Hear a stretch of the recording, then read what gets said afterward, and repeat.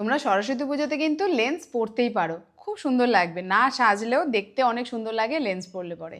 তবে মাথায় রাখবে লেন্সটা যেন একদম ক্লিন করে নিয়ে, হাত ক্লিন করে ভালো করে তারপরে পরবে। বেশিক্ষণ পরার দরকার নেই, যতটুকু টাইম, মোটামুটি একটা টাইম পর্যন্ত রাখবে, তাহলেই দেখবে ঠিকঠাক থাকবে, কোনো অসুবিধা হবে না। আমি এখানে আজকে ইউজ করেছি দাহাবের লেন্স, আমার ভীষণ পছন্দের একটা ব্র্যান্ড, তো তোমরা এটা ইউজ করতে পারো।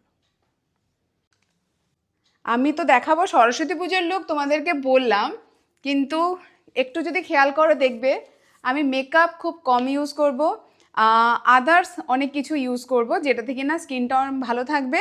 মেকআপ কম করলেও ভালো লাগে, আলটিমেটলি সরস্বতী পুজো বলে কথা, যেখানে অতিরিক্ত মেকআপ একদম ভালো লাগে না। সিম্পল মেকআপ করবে, দেখবে অনেক ভালো লাগবে, কারণ সকালবেলার প্রোগ্রাম, দিনের বেলাতে আমরা বেরোই বাইরে, তখন কিন্তু অতিরিক্ত মেকআপ একদম পছন্দ হয় না।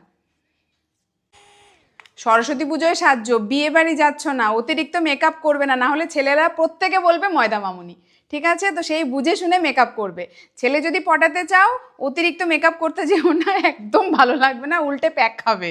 তো মিনিমাম মেকআপের মধ্যে রাখবে, নিজের বেস খুব ভালো থাকবে, কম প্রোডাক্ট ইউজ করবে, ভালো লাগবে। আমি এরপরে ইউজ করেছি অ্যাক্সিস ওয়াইয়ের নাইসিনামাইড সিরাম।